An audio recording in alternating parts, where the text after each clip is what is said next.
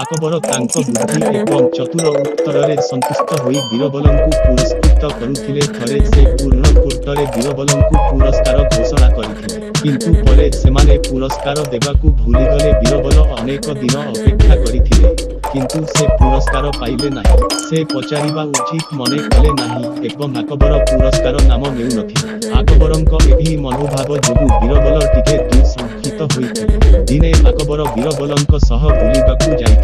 ଦୁହେଁ ଯମୁନା ନଦୀ କୂଳରେ ବୁଲୁଥିଲେ। ତାପରେ ସେଠାରୁ ଏକ ଓଟ ଗଲା। ଓଟର ବଙ୍କା ବେକକୁ ଦେଖି ଆକବରଙ୍କ ମନରେ ଏକ ପ୍ରଶ୍ନ ଉଡ଼ିଗଲା ଏବଂ ସେ ସଙ୍ଗେ ସଙ୍ଗେ ବୀରବଲଙ୍କୁ ପଚାରିଲେ, ବୀରବଲ, ଏହି ଓଟକୁ ଦେଖ, ଏହାର ବେକ ବଙ୍କା ହୋଇଛି।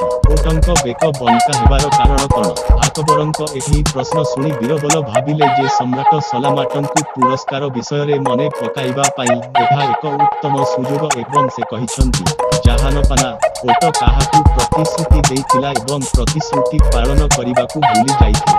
ସେଥିପାଇଁ ଭଗବାନ ତାଙ୍କ ବେକକୁ ମୋଡ଼ି ଦେଇଛନ୍ତି। ପ୍ରତିଜ୍ଞା ପାଳନ ନ କରୁଥିବା ପ୍ରତ୍ୟେକ ବ୍ୟକ୍ତିଙ୍କ ପାଇଁ ଭଗବାନ ଏହା କରନ୍ତି। ବୀରବଲଙ୍କ କଥା ଶୁଣିବା ପରେ ଆକବର ମନେ ପକାଇଲେ ଯେ ସେ ବୀରବଲଙ୍କୁ ପୁରସ୍କୃତ କରିବେ ବୋଲି ପ୍ରତିଶ୍ରୁତି ଦେଇଛନ୍ତି, କିନ୍ତୁ ଏପର୍ଯ୍ୟନ୍ତ ତାଙ୍କୁ ପୁରସ୍କୃତ କରାଯାଇ ନାହିଁ।